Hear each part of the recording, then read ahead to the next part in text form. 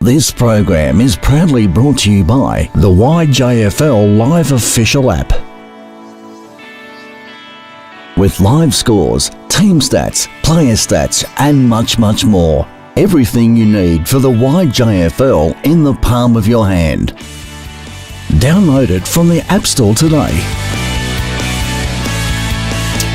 Welcome to YJFL Footy Central, here for the preliminary final wrap-up. I'm Thomas from Complete Sports Management. In the Colts, we had a 4-point thriller down at Bulleen Park Oval number 1. It was St Mary's who managed to book a grand final spot at the expense of second place Fitzroy, knocking out their double chance unfortunately.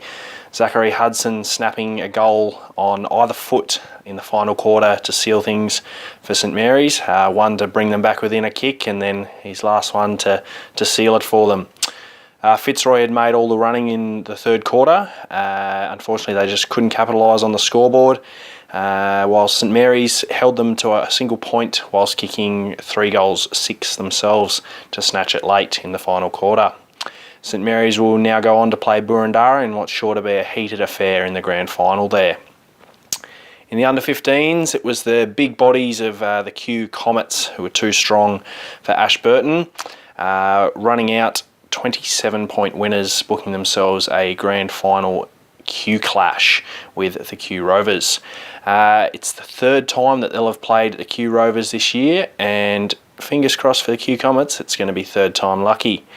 Both teams were pretty wasteful in front of goal throughout the game, and the scoreline probably wasn't an accurate representation of how tight it was throughout the game. It was a much tighter game than what the scoreline represents.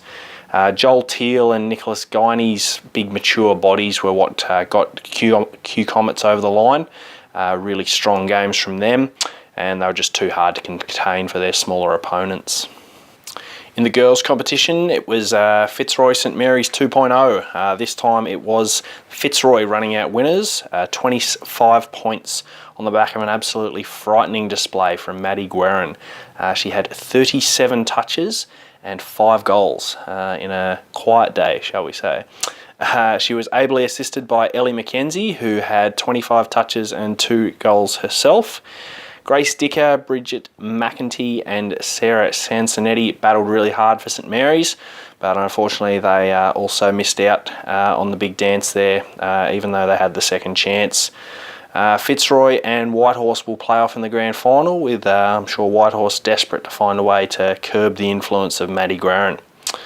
This is Thomas wrapping it up here from CSM headquarters with the YJFL Footy Central wrap. This has been another Complete Sports Management production.